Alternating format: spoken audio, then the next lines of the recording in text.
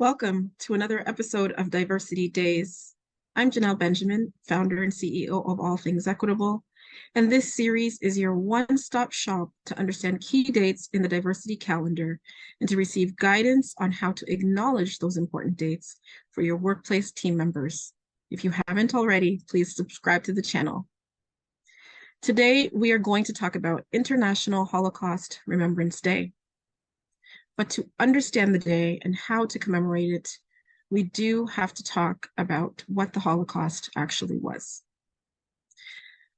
The Holocaust was the state-sponsored persecution and mass murder of European Jews, Romani people, the intellectually disabled, political dissidents, and homosexuals by the German Nazi regime between 1933 and 1945.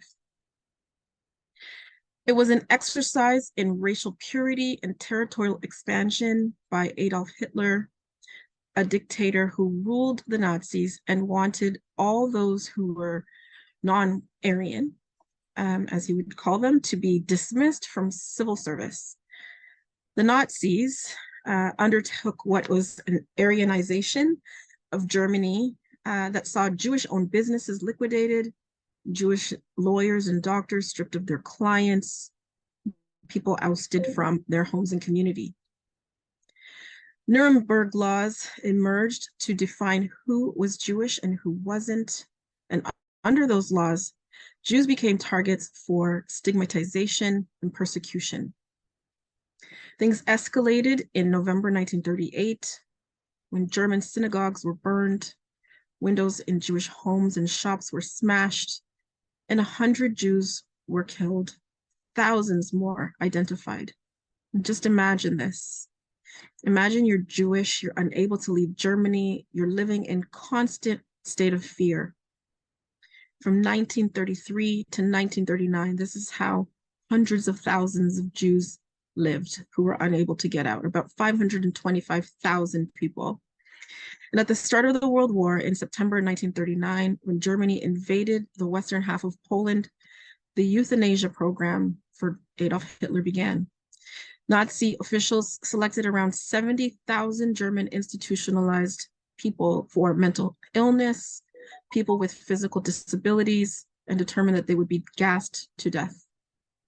The program continued officially until 1941 and officially until 1945, and about 275,000 people were deemed handicapped, or who we would now call in 2024 disabled.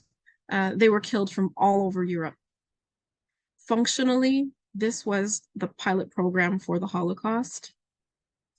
Hitler proposed eventually what was called his quote-unquote final solution, now known as the Holocaust, to send approximately 6 million Jews to mass killing centers known as concentration camps. The murder included about 5 million other people who were targeted for racial, political, ideological, and behavioral reasons. More than 1 million of those who were killed were children. Auschwitz-Birkenau was one such concentration camp that had been experimenting with mass killing methods since about June 1941. They used things like gas ordered from pest control firms to kill.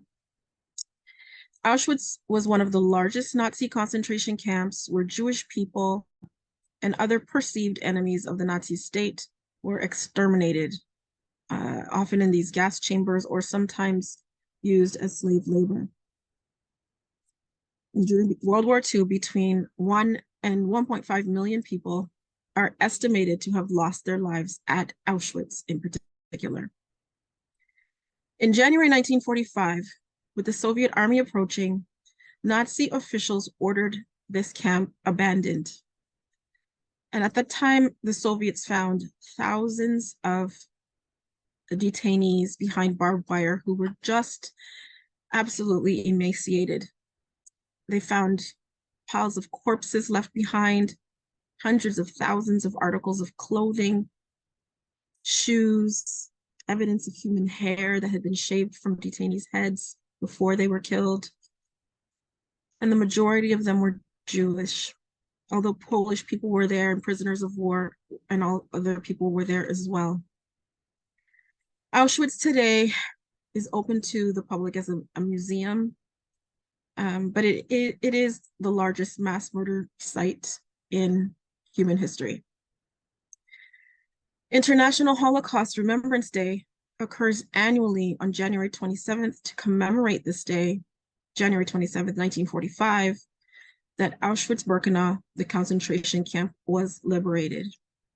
And this day was designated as a day of commemoration of the victims of the Holocaust. And each year, people from all over the world remember the victims. And along with Jewish people, we reflect on the dangers of anti-Semitism or hatred or discrimination towards Jews, and we all say, never again. This should absolutely happen, never again.